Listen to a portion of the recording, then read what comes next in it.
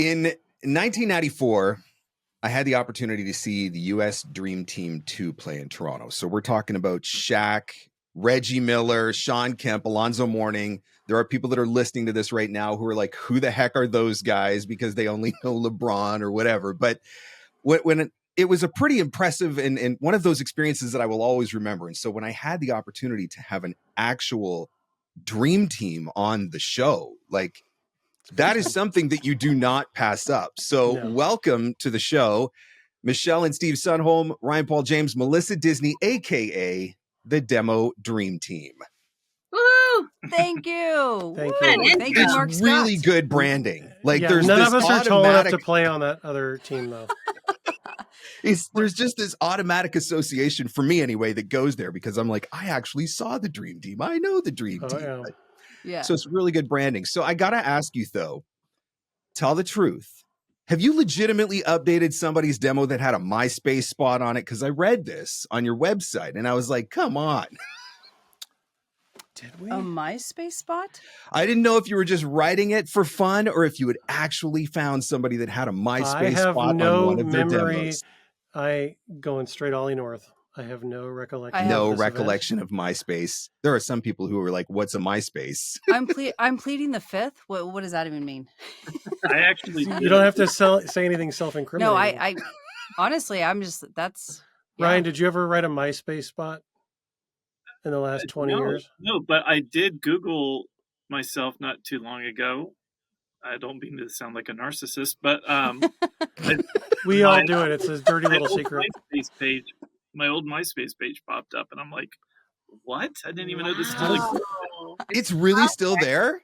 Yeah. Oh my God! Didn't Justin Timberlake buy MySpace trying to relaunch it, and it just was a giant waste of money? There's a rabbit hole to fall down now for all of us who have been there, done that. We all got to go find our MySpace pages now to see if they're actually still there. I love it. All right. So, I mean, if you want to talk about credits, come on. You know, Dream Team legitimately. Michelle, I know you've worked with HGTV, the Boston Celtics. There's the NBA connection. Sang harmonies for Kenny Rogers. Steve, you've engineered for Carrie Underwood and written for Disney, mixed for the Jimmy Kimmel Show. Melissa, live announced for the Oscars, the Emmys, promos for the NFL. Ryan, more than 20 awards for your writing with projects for theater, TV, and documentary. I feel like I'm having my Wayne's World moment now where I just want to bow down and say I'm not worthy. But you guys truly, truly are a dream team. So give me the origin story. How do the four of you guys come together and be like, hey, you know what? I think it would be a really good idea if we started producing demos. Well, the origin story, it goes way past that. Way past. I met this weird hippie girl from LA when I was living in LA at this Christian music festival in Colorado. Yeah, we just hit it off, and I was like, "Wow!" And who is that? Oh, like you? It was Melissa. She's right there on the screen. Oh, I'm the hippie girl, right? And yeah, she was like doing this crazy thing with this huge drum. Yep. And we just kind of hit it off, and I was like, "Wow, you remind me of people from my town, which was originally from Portland." You were a judge for that. No, I was just kind of there hanging out with some friends and meeting people, and I had a few days off, and so some of my friends were performing there, so I was kind of like living in between attending and presenting, but not presenting, just kind of floating around. Anyway. You had so we just hit it off, and I was like, you need to meet my wife. I think you guys would be good friends. So we met at Priscilla's Coffee, and they played Miss Pac-Man for like an hour and a half. Ditched Steve. Ditched him. Before smartphones ever existed. And there was a world before smartphones? I'm having so much fun now listening. I'm like, Miss Pac-Man, I got to go find my Atari.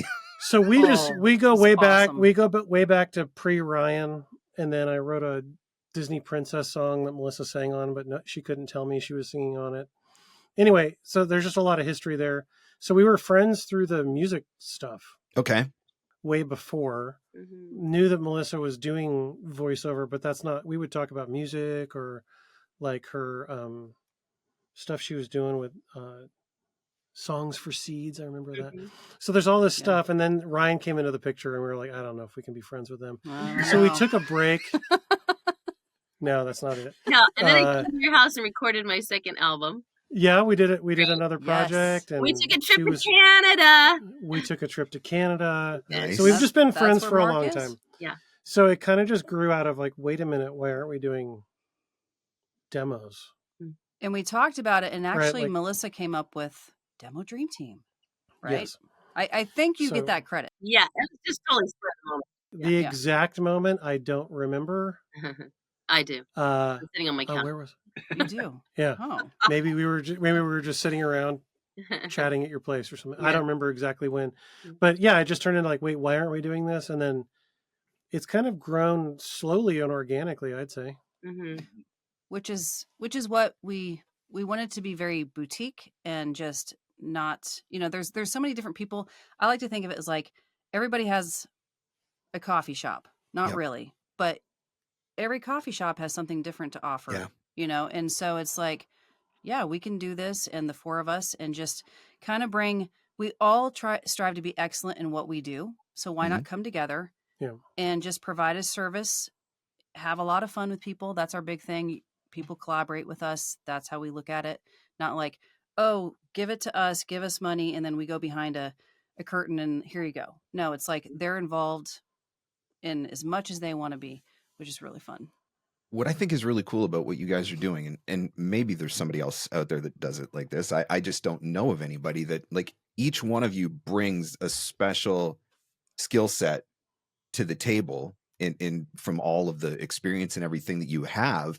A lot of places you go and there's one person, and that's the person who's writing the spots and probably producing the demo and, directing the demo and going through that whole entire process. Whereas you guys are legitimately a team.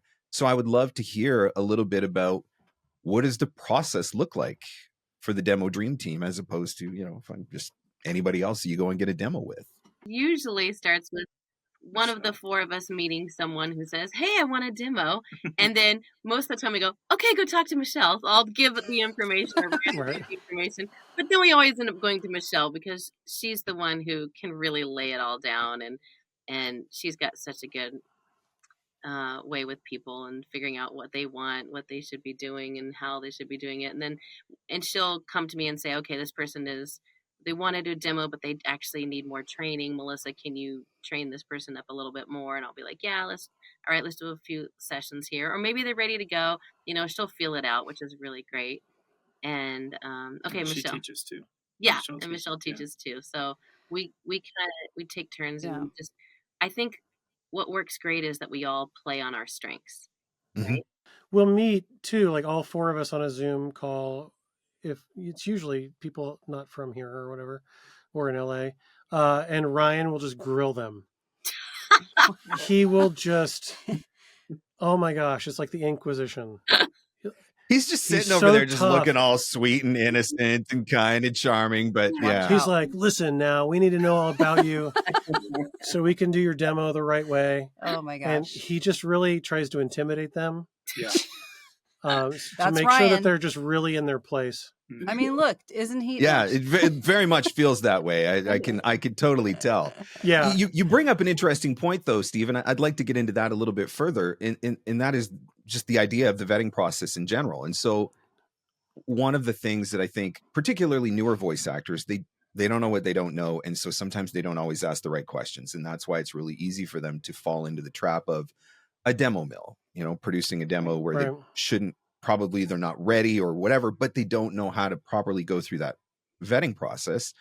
But then on the other side is, so you've got, I guess this is a two-part question. First is, what kind of questions should voice actors be asking their demo producers to try to figure out, is this the right fit?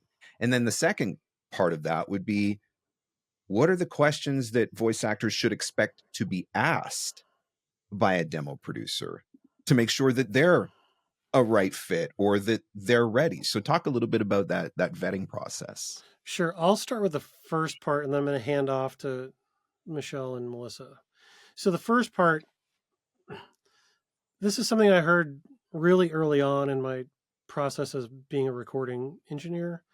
It's like every recording is a snapshot of an artist's progress.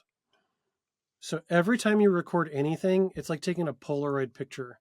It's instant, It shows where you're at, right? And that's okay.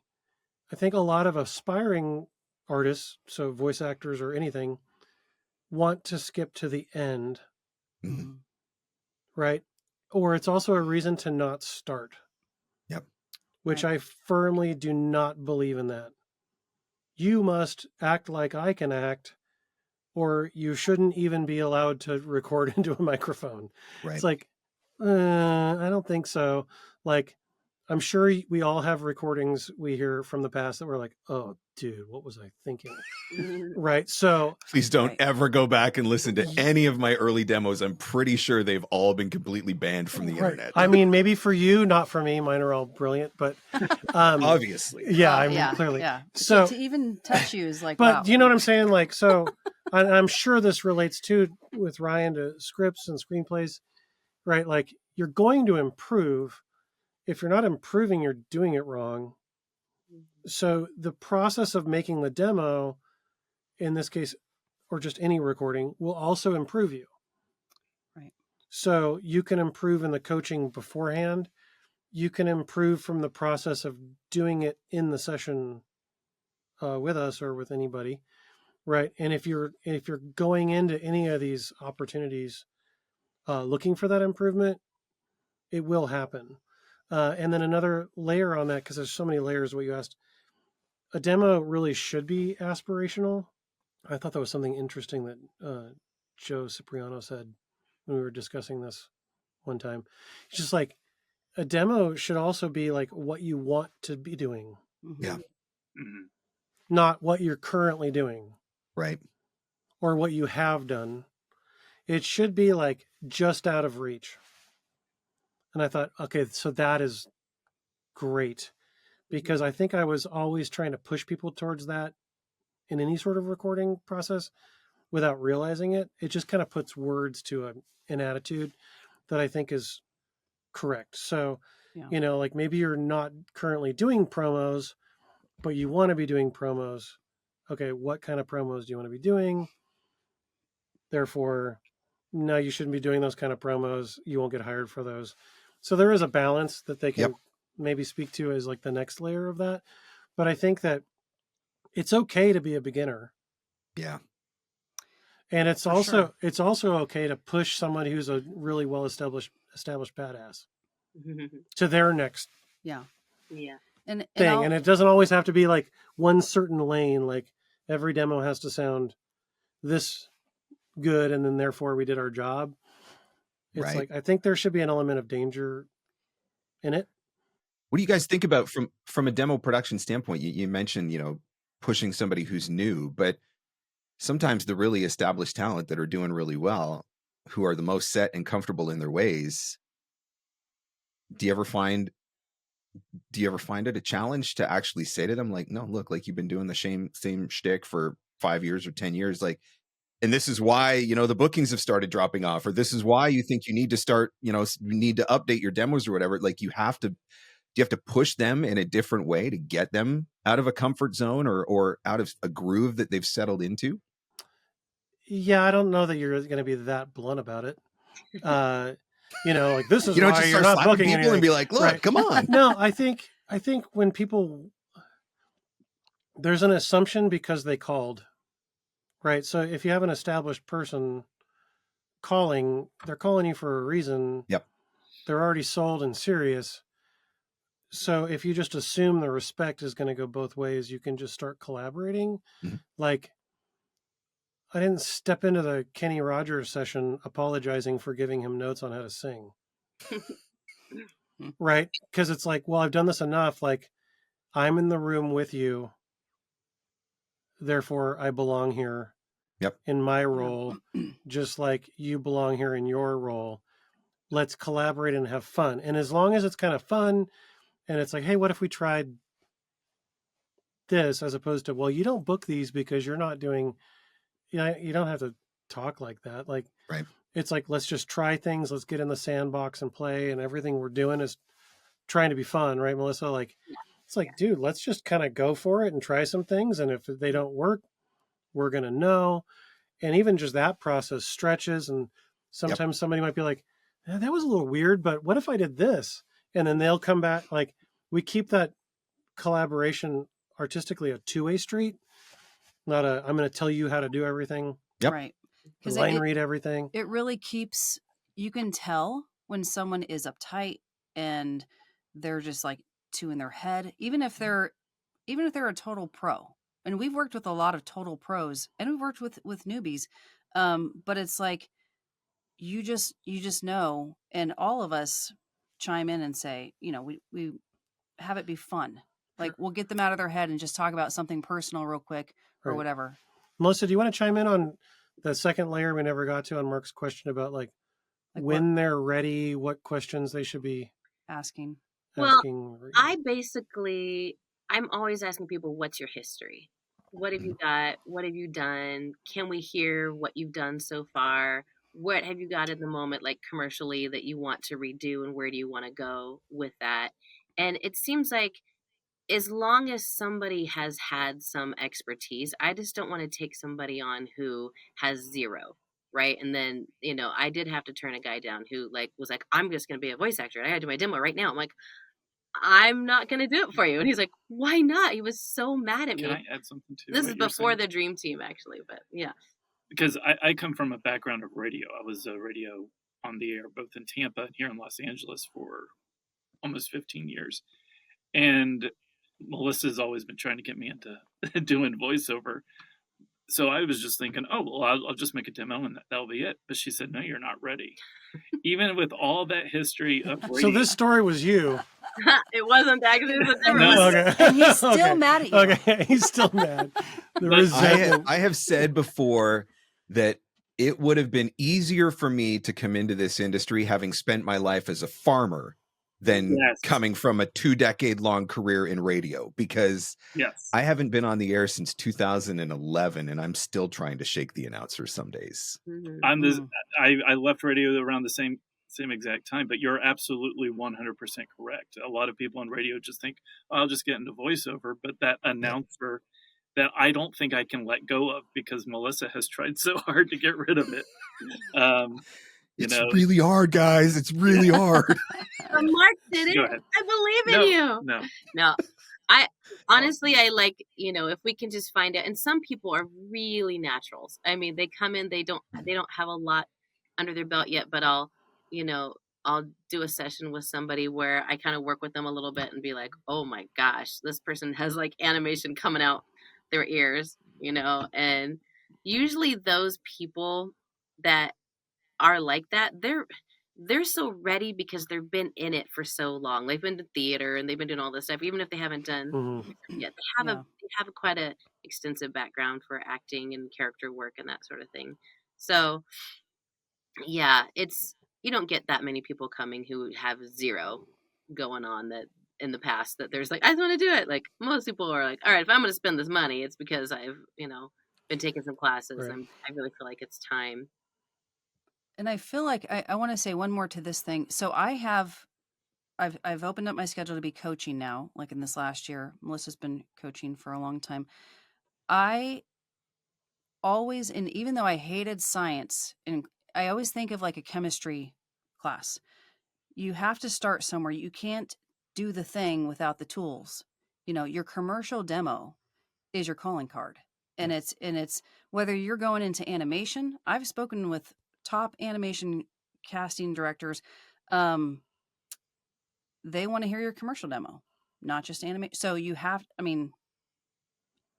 set yourself up to be able to do the chemistry project, and you're going to get better as long as you're doing the work, and as long as you're getting in the booth and having fun, maybe going to conferences, watching Mark Scott podcast, but there's so much in the VO community. Like, there's a lot of really cool resources and things that people can they really do cheer each other on and have each other's back. Unless you go the opposite way, and just decide to be egotistical. But anyway, it's tough with people that are new, because I said, hey, we're not in this. We don't want to take your money and just say, yeah, here it is. And we're going to do a demo and go, because if you don't put the work behind it, there's not going to be anything. And I don't want, you have to invest in yourself. You have to invest at least somewhat in your surroundings, your microphone, there's a commitment. And I kind of make a rule of thumb that I want to work with someone at least 12 sessions, coaching sessions, before I'll even consider doing a demo with them. When they're straight off the street. When they're straight off. Right. Yeah. Right. And another, like, we do not, though, we don't say, oh, to do a demo with us, you have to coach with us. Like, you can coach pro. They don't. Yeah. There's lots of great coaches out there. So. I appreciate the fact, and Melissa, you said it, Michelle, you're reiterating it, but the fact that you're willing to say no. Because I think that in and of itself is the red flag when you go somewhere and they just say yes immediately without getting to know you or figuring out, Melissa, you said, what's your history? What have you done? What are your credits or whatever? And I think that's part of the problem, is that there are places out there that'll just happily take your $2,000 or, whatever it is that they decide to charge. And they don't care in the end of the day if you get a demo that is actually marketable or that you could actually land work with or sign with an agent with or whatever. So I appreciate the fact that you guys are upfront about the fact that, yeah, look, we might say no, and not no like never, but maybe it's just no, not yet, until you've checked these boxes or whatever. And I think that's really important. Oh, for the people that come to us, that they give us, okay, here's the demo I made at the demo mill, and we're like, oh, okay. And even just having a conversation with them, I'm like, that's clearly not what you should be doing. That's not right. That we're not even touching on your personality at all here. This is just like so bland. And I'm like, oh, we can help you so much. I'm sorry people to come to us first. That's one of the hardest parts of my job, is when somebody comes and they're trying to market. And sometimes I'm the first guy that has to say, well, I can't help you with, like, you're not going to do anything with this demo. And, they spent all the money or whatever, and it's too late at that point. And it's not like everybody's got, oh, no worries, I got an extra $2,500. I'll just go cut another demo or whatever. Like, it doesn't work that way. But that's why it's so important for us to be able to know, what questions do we need to ask? What questions should we be getting asked so that we can vet and have a better experience right out of the gate? I don't know that there's questions that I would say. Like, we're in those interviews when Ryan's like really giving it to people and asking them a lot of questions. What we're doing is we're trying to, intimidate them, but get to know them, right? Like, because it's important that starting from the script, it's a reflection of them, so that Polaroid picture of the recording is not them standing there with a mask on with somebody else's face on it. Yep. Right. Like they're pretending to be like I'm now a simulation of a voice actor, as opposed to this is me as a voice actor. Yeah. And you can tell it's me, and it reeks of me, and you can tell what I'm like from my demo, as opposed to I am on strings doing a voiceover demo, right? Like, we're not doing that.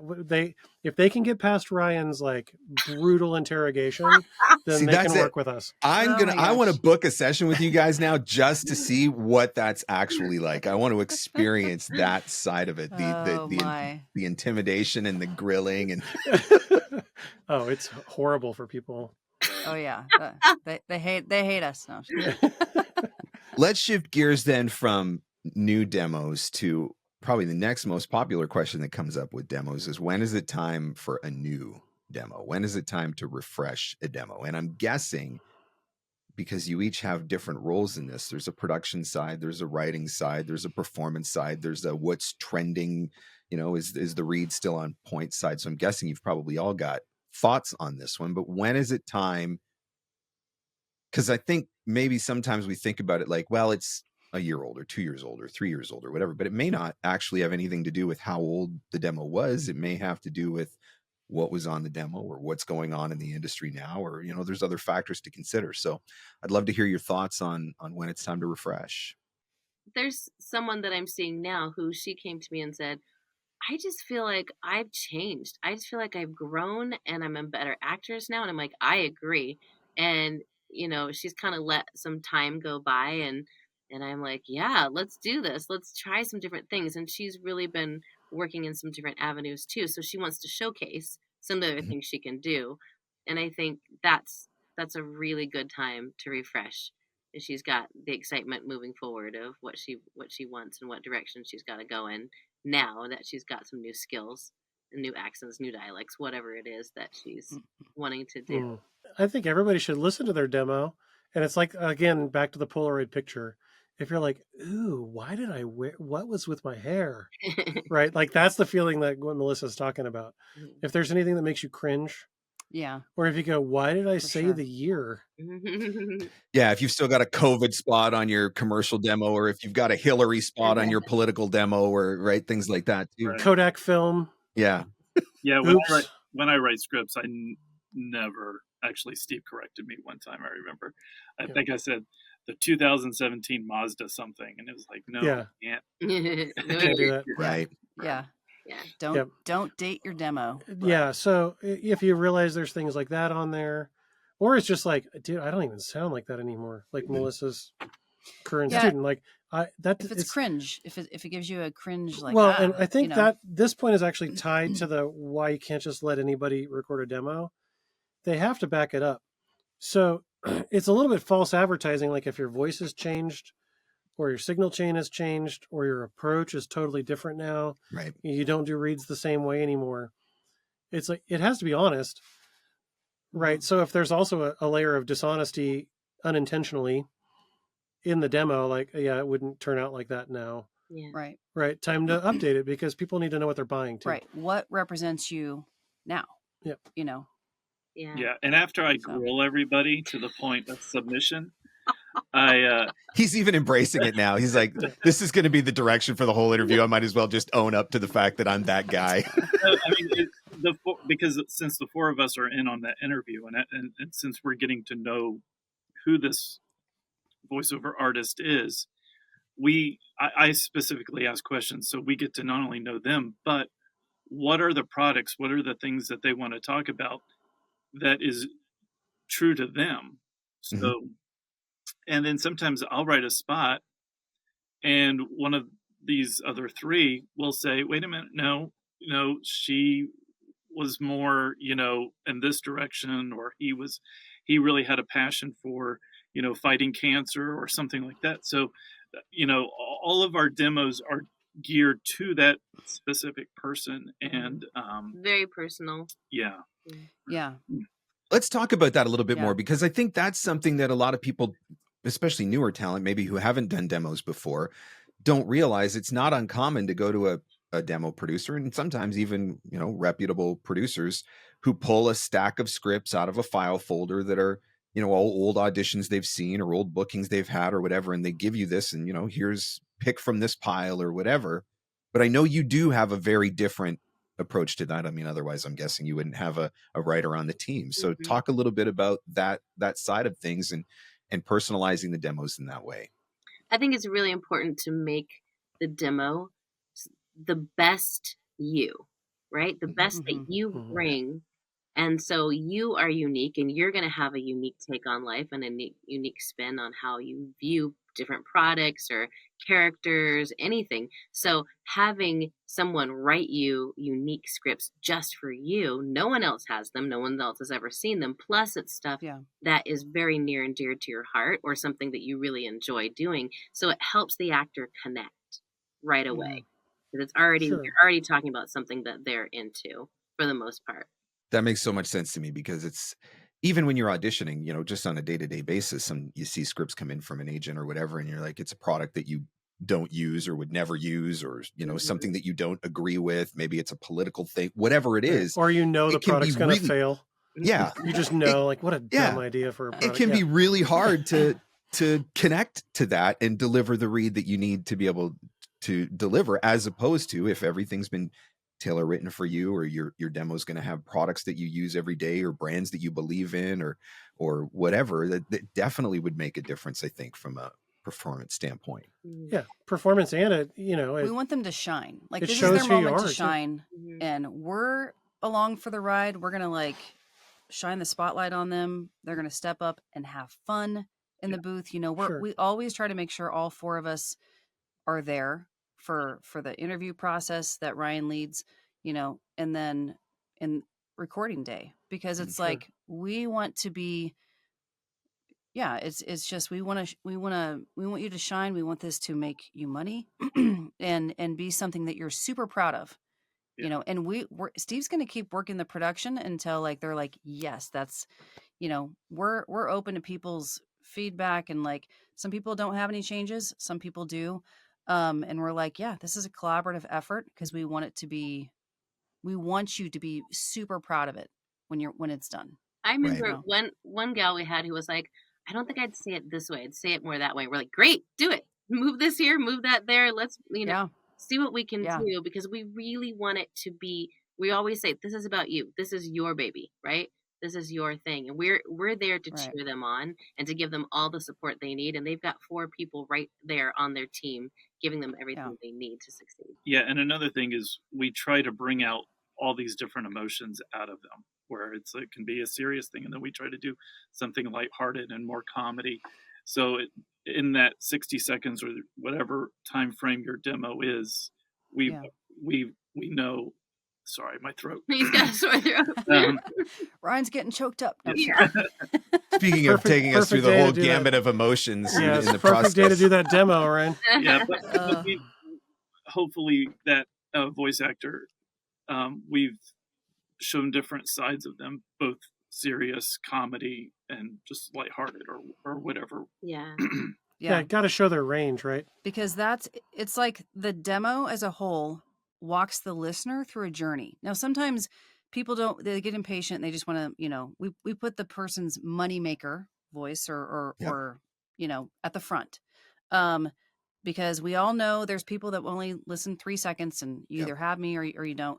But for the people that will listen to all of it, we want to walk them through a journey, and have that contrast, and so it's not just one note. And I feel like we all collectively, like Melissa will be usually the main director, but we all collectively, chime in on things just to kind of keep each other's honest, keep the artist honest and keep ourselves. And And I love the input from all different sides. I'll be like, okay, we got this thing and it's starting to get really funny. We're like, Ryan, what do you think? He's like, okay, take it like this, move that around, and he'll be able to nuance it this way. Steve's coming in with his, snarkiness and his whatever.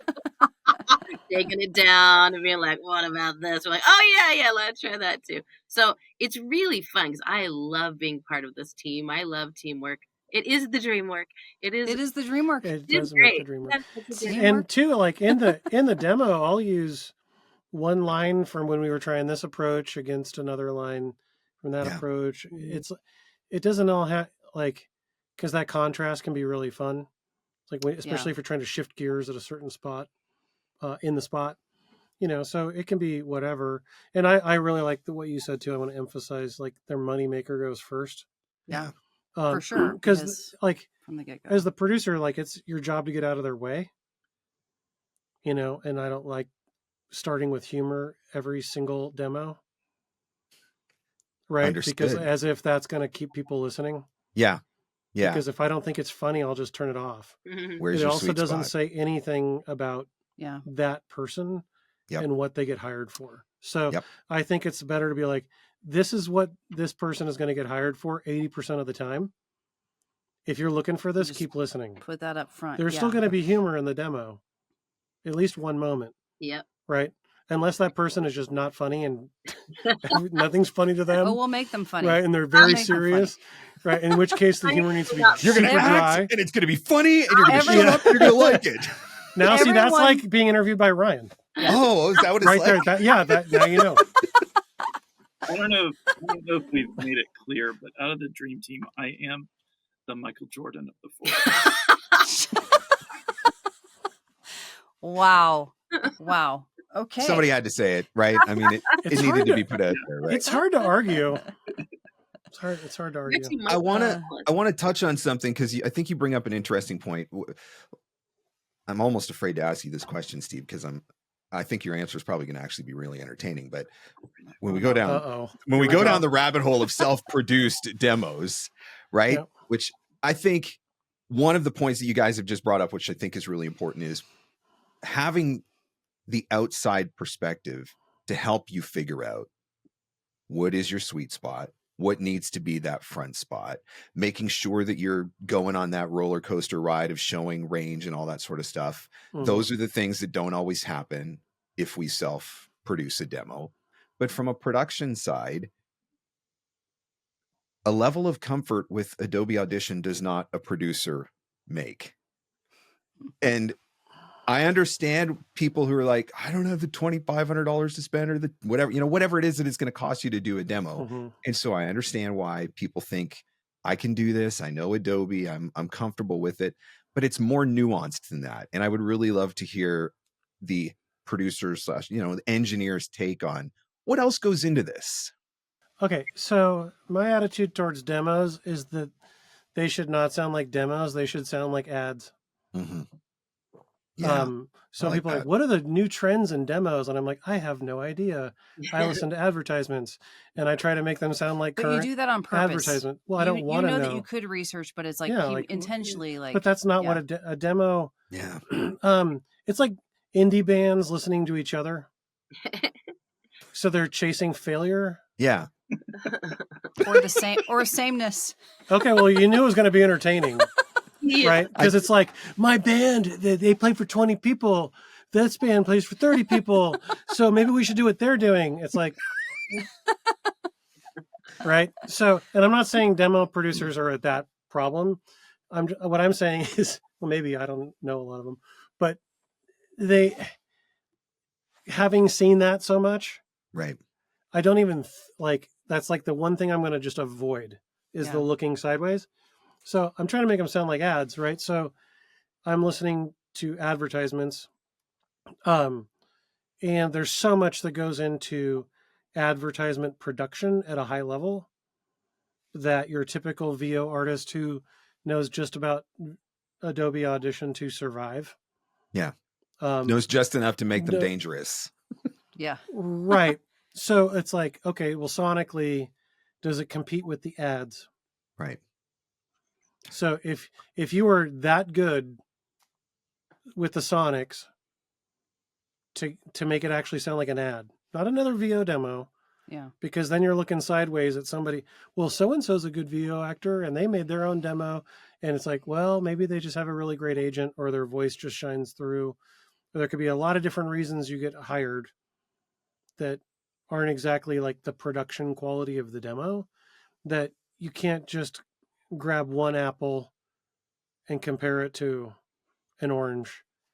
It's an interesting measuring stick that you wouldn't always think of. Like, could I take this spot and is whatever NBC going to drop it on a national commercial on the network tomorrow? Is a brand going to use it?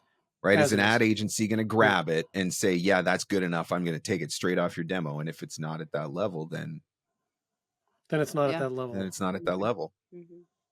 So I mean, and if you're okay with it not being all the way to that level, totally fine. Right? Like everybody can make their own decisions about what level of detail and nuance is okay with them for where they're at and what they have to work with. I just think it's a giant waste of time to try to become an expert at sonics. Yeah. Because the truth is, like, a little Focusrite Scarlett and a $300 microphone might be good enough to record the VO. That's if you hand that off to somebody who really knows what they're doing. Yep. To make that work. Yep. Because it does not work straight out the gate to clear the bar for NBC going straight to air. Yep. But they got people that can make that work. So, like, those standards for VO sonically wise, gear wise, are actually very, very low in general for what most people are using compared to what a broadcast quality studio would use for the same gig. And that's fine as long as you're actually willing to accept that the standards are actually pretty low and that sometimes you might need a boost to understand, okay, now how do I take that? Because the difference between a $10,000 microphone and a $500 microphone is the $10,000 microphone sounds finished as you're speaking into it. Right. Right. So it's like, what are you going to invest in, and how far are you willing to take it? Because very rarely is anybody just taking the job you turn in as the voice actor, and that's exactly how it sonically goes into their project. Like, if that's what they're doing, they're not doing a very good job on their quality of their project. So now you've made me realize that I was going to ask the wrong question, because I was going to ask you guys, it's 2025, new year, what's trending in demos? But I guess the question I actually need to be asking is, what's trending in ads for 2025, so that we make sure, right, without just saying, well, everything is authentic and conversational, because honestly, if you say that, I'm going to cancel the rest of the interview because I can't hear it. I can't hear it one more time. I don't ever want to hear the word conversational ever again. But what is trending right now? Or are there trends that are evolving, or that you're keeping an eye out for, that we need to be thinking about, as far as if we're doing a demo, if we're going to refresh in 2025, there's things that we should be paying attention to? I hear high energy coming back, not straight to announcer, but I feel like the I'm bored and don't really care about what I'm telling you thing is actually starting to fade back out. God. Yeah, because it's like the whole, like, I'm so disinterested, and like that whole vibe is really going away. Good. So I think that, rest in peace. Yes, I think there's a middle ground starting to happen. It's like, wow, that was actually kind of hyped. Okay. Right. Yeah. And it wasn't disingenuous, like Sunday, right? But it still had energy, like they cared about what they were saying. So I see that coming back. I feel like the shoegazery, kind of like sparse guitar, Friday Night Lights sort of music behind everything all the time is also going away. Or like the, everything's played on a ukulele, and like all that sort of stuff is also going away. So bad news if you're a ukulele player, obviously. Yeah, but I think those two things are tied together. It's like people are wanting to hear you actually care about what you're saying. Yeah, that's most important, really, is just connecting to the material. And what I hear that I've been listening for so long is that I hear more of people's personalities coming through, more of those little quirks and those little things that I'm like, oh, this is so great. It doesn't just sound like a promo anymore, right? You'll hear a lot more of someone's little quirky personality shining through, their own point of view coming through, which is really nice. It's like a breath of fresh air for me. It's wonderful. I cannot express to you enough how grateful I am to hear that this whole flat, disconnected thing, like if that's actually going away. I shared a post in the VOpreneur Facebook group the other day, and I was like, okay, so I got the spec from an agent audition, and it's like a freaking 1-page long spec, like they were writing a screenplay of what this actor was supposed to deliver. Yeah. And so then, we record, everybody submits. Later that day, they come back with the same spec, but I guess they didn't hear what they were wanting. And so then they sent a reference of, this is actually what we want. And so I play the reference, and I literally said in the Facebook group, I'm like, if you hooked this audition up to a heart monitor, it would be asystole. Like, it was literally so flat that it could not, like it was dead. Like it was not breathing anymore. And I'm like, what does that have to do with this 1-page long story that you told us of the exact character that we're supposed to get into, when what you could have just said was, just sound like it's flat and you don't give a crap? Yeah. But I like, so many of the reads have been that way. I hate when they give me that whole page is like drivel. You're like, I'm like, get through. What is it? Yeah, but you know that those people, it's so self-important to them. Yes. That's what they actually want. Like, if you get a page-long drivel of what they want, and it's so over-explained, it's like, okay, so this is a word salad to describe, I'm too smart for this, so you're lucky I'm talking to you. Now, Mark, I don't want to freak you out, but I'm a little worried that read is being replaced by the influencer read. And I think you know what I'm talking about. Like so the day in the life read. It's just like, like, those reads. You scared me for a second. I was like, what are you going to freak out? I'm so done.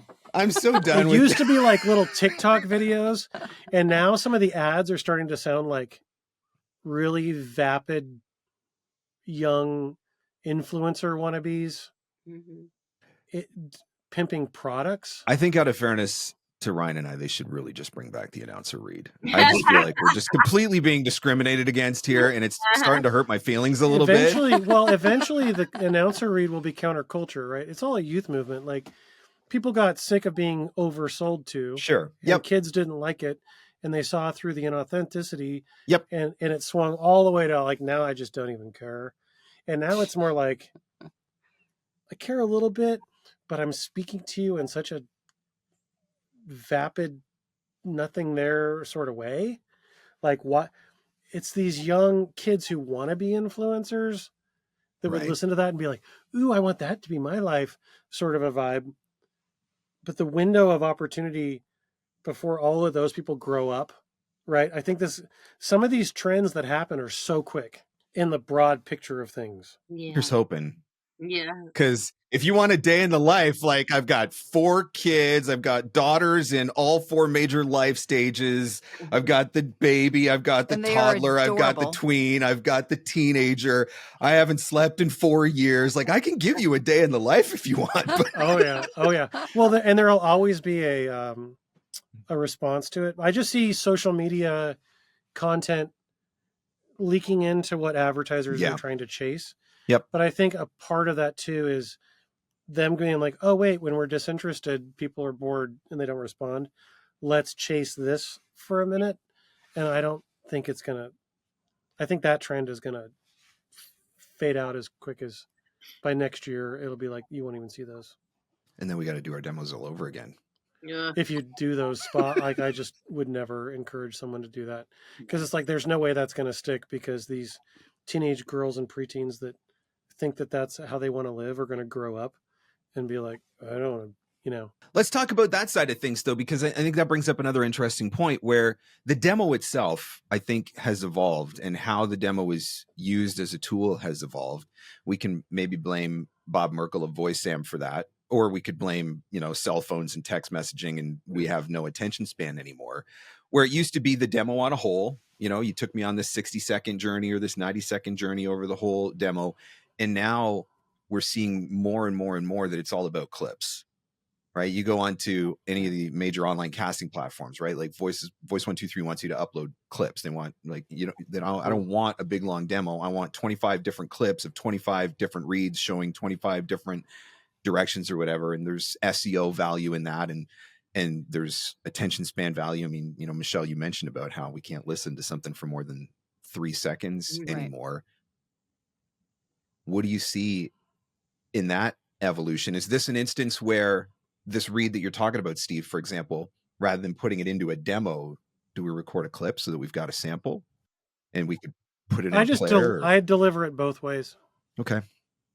Because I feel like while you're paying for it, it literally takes 30 seconds to deliver it as a clip. And anything that doesn't make the demo journey, like the I'll actual, deliver those too. We deliver it a la carte.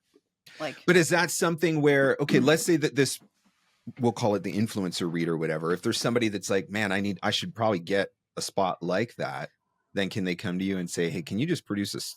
We'll do one. We'll do one-offs on refreshes and stuff. Earlier this year, I had a job with a Chinese production company where I was just writing for TikTok influencers, and it was like almost to the point where I was like relearning how to write, because it was like I had to grab the attention in 3 seconds or less. Mm-hmm. And I still had to write something for them that had a beginning, a middle, and an end. And it was such a great challenge for me as a writer. So yeah, we're definitely very well equipped to write those kinds of thoughts. I wouldn't want to, but yeah, definitely. If the attention span is at 3 seconds now, like once Kinsley's older, it's going to be like reverse. Like, I don't even know at that point. Like, it can't get any. Yeah, it can't get much worse, right? Can't get much worse than 3 seconds. It's going to be like, we're going to have to give back time or something. Like, it is a very concerning trend that doesn't seem all the to clips be will be, away. Let me tell you about. That's it. Yeah, that's it. I can see where that would be a writing challenge, though, where you've still got to have that. You still got to try to tell a story, but you're telling a story in 6 seconds or whatever it is. Like, that's in today's world. What I and it doesn't really help voiceover, but it's visual too. If you have something right there at the very beginning that's very visual, and maybe that's the challenge for the writer to kind of paint a picture in those first 3 seconds. Yes, and Ryan and I have had this conversation many times. Like, the first draft of a script will be like, okay, that's hilarious. I have no idea how to sell that without a picture. Yeah, because I'm reading it, trying to visualize, okay, how do I sell what's happening? Right. That's not being like described with just sound. And there's times like, we got to rewrite this. So, and just finding that middle ground of like, okay, I think I can sell that with just sound, because there is no video. There's nothing to look at to sell what's actually really happening behind this. So it's a totally different medium. It's than most, like a TV ad. So you want it to sound like you did a TV ad, but you only get the audio. But you only get, Yeah. So we've talked, obviously a lot of this is probably focused more towards commercials, some of these things that are evolving, some of these trends that are happening. What's going on, or is there anything going on that we should be aware of in any of the other genres? Anything that we need to be paying attention to? Are there any shifts or anything that we need to be thinking about as we look at, maybe this demo could be updated, or maybe I should tweak this, or anything you're seeing in any of the other genres, or are we all kind of status quo? I think everything kind of ebbs and flows, and it's hard to say, oh, now everything's this, everything's that, except for when we went away from the announcer sound, right? And into conversational, like that was a big one. But there's so many little ebbs and flows within all that. I mean, I've seen animation go from super cartoony to very realistic to back to some cartooniness. It all just depends. There's just so much out there. And if you want to be in that cartoony realm, you can do a demo that's just the cartoony realm. And if you want to go into more the game realm, you're going to have to get, comfortable with getting your voice trashed and holding a gun and doing all the efforts and stuff. Effort sounds. All that stuff's kind of crazy. Yeah, like I would put those right into your demo to show that. Melissa, do you think it's interesting? I feel like people for the live announce demos have been wanting more local and regional events for their area than you'd think. Definitely. Lately, like they're like, I don't need to go national broadcast live announce. Yeah. Right? Like there's specific events regionally that I plan on trying to get. This is great. Like within their city, within their state, which or which like is really cities cool. nearby. They'll still have big like live announce like Oscars or Emmys or CMAs, but to have that, it's kind of a nice contrast. Yeah, so there's been there was one where it was like we did a whole thing of that and then did another version of the demo where we did a la carte national stuff and then blended them. So that it turned into 2 demos. I remember doing research on the Louisville dog show for one of our clients. Yeah. It's like random, just like very specific things. But I think that's really cool. Like if you have a specific goal for your demo. Yeah. I want to land that gig, and so give me that spot on my gig so they can hear what I could sound like doing it. Yeah. Right. Because I feel like if the talent if they're not honest with what they want to do and who they are, they're not going to, you have to come across as you to book, you just have to. So their demo needs to represent who they are, because if everything is authentic, right? The next to conversational, the most overused word in voiceover is authentic, but that's where authentic starts, right? It starts when you make that connection, or you're able to make that connection to those things that you're talking about, or those things that you're doing. So if you get tired of the word authentic, just replace it with the word true or genuine. There we go. Anything other than authentic and conversational. At this point. I get it. It's like, is there literally nothing else out there? But here's the which thing, all translate to flat. Yeah, sometimes. The problem is all great art is true. Yeah. Let's change it to true. It's not just VO. It's like everything. We're going to start a new trend. We're going to start the true. Is it true? Is it true? There you go. Did that actually happen? So, we talked a little bit about the process of how you guys go through this, but if somebody is like, okay, I'm ready to work with you. I'm ready to face the firing squad with Ryan. I'm ready to sit down and have that intake experience. Where do we go? Is there a website, social media? Very loving and affirming. Yes. People can email me directly at michelle@michellesundholm.com. Production at, I don't even know our... What is your demo dream team? Honestly, people just you can go to demodreamteam.com. Yeah, production at demodreamteam.com. I should I'm always like, am I saying that? Because we switched it like halfway through, I feel like. We'll put it in the show notes so that we can make sure that we got it correct. Sure. Yes. But if anyone reaches out to Melissa or Ryan, I mean, like, they usually bring it to me, and then I will well, don't reach out to me, I'll probably miss it. Yeah, probably. That's not a good I'll idea. do we do like a free consult just to. That was going to be my next question. Do you do just like an exploratory call or something like that? So if someone reaches out, I might email them some stuff. I mean, I'll email them back, but I'll say, hey, why don't we do like a free 15-20 minute Zoom consult to see if we're a fit? Because we think that we're here providing this service because we think that we can give you something great and have fun, but we want to make sure it's mutual and we're a good fit. Yep. There's our Demo Dream Team stuff on my website. Melissa has some on hers too. Mm-hmm. So michellesundholm.com. Melissa. What genres, or all genres, any genres that you specialize in? With Melissa being on the team, obviously, I mean, live announce, is like, I feel like that's something that people really like, oh my gosh, like they want Melissa to direct her. And so live announce, corporate narration, commercial, animation, video games, promo. I think those are the ones that we kind of, we feel like we can rise to the challenge if someone's like, hey, what about this? We'll be honest, be like, actually go to this person, or like, and there's been times for that. If someone came to us for radio imaging, we would send them somewhere else. Not that Steve couldn't do it, but he doesn't, I would want it to sound like actual radio imaging. Yeah.